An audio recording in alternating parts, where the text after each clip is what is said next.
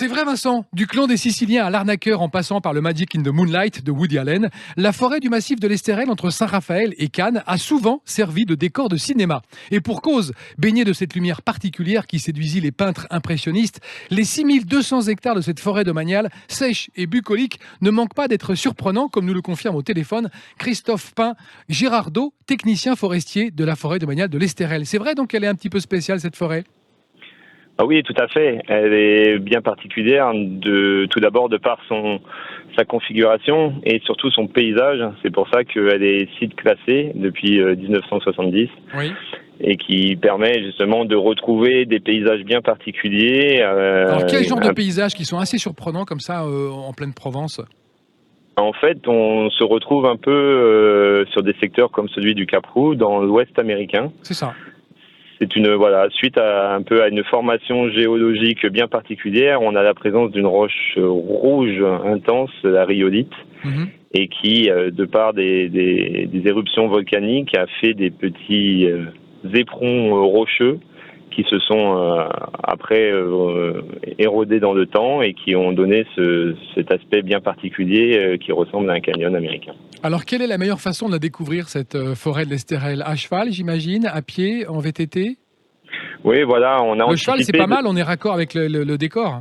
Oui, bah voilà, ça fait un peu western. Après, les cow-boys modernes chevauchent plutôt des vélos électriques maintenant. Donc c'est vrai que c'est un bon moyen de découverte de l'Estérel parce qu'on a anticipé depuis quelques années en fermant des routes qui étaient avant ouvertes à la circulation automobile.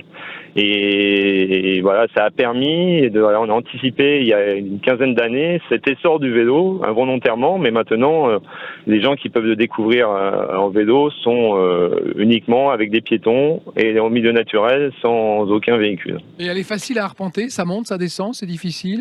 Oui, alors elle est vallonnée, le point culminant est 614 mètres, quand même. Mais bon, il y a quand même un axe et un maillage qui avait été fait par nos prédécesseurs pour des pistes et qui servent également de pistes incendie. Et donc, il y a vraiment un large panel de sentiers et de pistes accessibles à tous.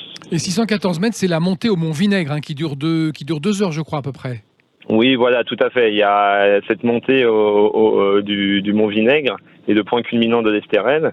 Et vous pouvez l'accéder par le bord de la Nationale 7, là au niveau du col du Testanier. Et vous avez soit la version un peu plus sportive par le GR, soit justement une route goudronnée, fermée à circulation, qui permet d'accéder plus facilement au Mont Vinaigre. Alors le Mont Vinaigre, c'est bien, on a une belle vue sur le pays de Fayence, la baie de Cannes, mais le Cap-Roux, c'est encore mieux. Pourquoi ? Alors le Cap-Roux, c'est vraiment, comme je l'expliquais tout à l'heure, au niveau de ce paysage d'Ouest américain, c'est que vous êtes vraiment un balcon sur la Méditerranée. C'est-à-dire que vous dominez toutes les criques entre le Théoul, le Traias, Saint-Théor, Aguet, et vous avez au loin la Méditerranée et le panorama sur les îles de Lérins.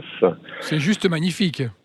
Et tout à fait. C'est pour ça qu'à l'époque, l'ermite Saint-Honorat s'était installé au pied du Cap-Roux, dans une grotte, et qui après a décidé d'aller fonder le monastère sur les îles de Lérins. Est-ce qu'il y a une petite via ferrata qu'on pourrait emprunter comme ça, sans danger, en toute sécurité ?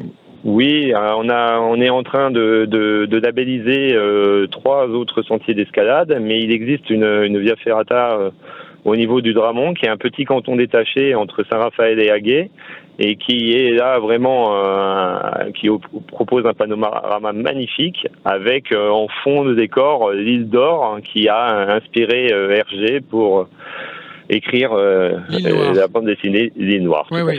Tintin, il a été inspiré par cette magnifique petite île qu'on voit au loin, qui s'appelle l'île d'Or. Est-ce qu'on est attentif aussi à la prévention incendie ? Oui, cette année bien particulièrement, et c'est vrai que chaque été, l'ONF participe à la mise en place des patrouilles de surveillance, et nous sommes à la fois les primo-intervenants avec des véhicules porteurs d'eau, et le reste, un peu les gardiens de fait de notre assermentation. Nous intervenons dans les cas extrêmes s'il y a eu des apports de feu ou des actions à l'encontre de l'environnement. Alors, ce qu'on appelle un apport de feu, c'est quelqu'un qui allume simplement une cigarette ou qui jette un mégot, c'est ça, hein? Voilà, ça c'est quelque chose que l'on ne sait pas, mais la fumée en forêt est interdite toute l'année dans le Var. Donc D'accord. c'est vrai que plus particulièrement l'été, mais tout ce qui est réchaud, barbecue, cigarette, c'est des choses qu'il faut absolument pas faire. Et puis pareil, on intervient pour tout ce qui est dépôt Dépôt pour sauvage. préserver, dépôt Absolument. sauvage pour préserver cet environnement. Cette belle forêt de l'Estérel. Et à vous, Christophe, quel est votre coin préféré du forestier, votre coup de cœur dans cette forêt? Alors, justement, c'est ce petit coin, j'en parlais tout à l'heure, avec la grotte de l'Ermite. Ah, c'est vrai qu'on a cette Sainte-Baume, mais c'est une petite baume, une baumette, mais au pied du Cap Roux. C'est un petit itinéraire de 1 quart d'heure qui se mérite parce que les marches sont très très difficiles, mais il s'était mis là pour être tranquille à l'époque. Et quand vous arrivez là-bas, vous avez une arche magnifique où Sublime. en fonction Ouais, du lever du soleil, il peut y avoir un coucher de soleil. Et c'est vraiment quelque chose tourné vers le cœur du massif, au calme. Et là, c'est vraiment un moment qui est un endroit qui apporte... Un lieu idyllique de bonheur et de réflexion. C'est ça, pour se ressourcer et pour méditer pour ceux qui le souhaitent. Merci Christophe de toutes ces bonnes idées, ces bonnes raisons pour sortir en forêt. Toutes les infos sur onf.fr et nous on se dit à plus sur les routes de l'été. Merci Christophe, salut. Merci, au revoir.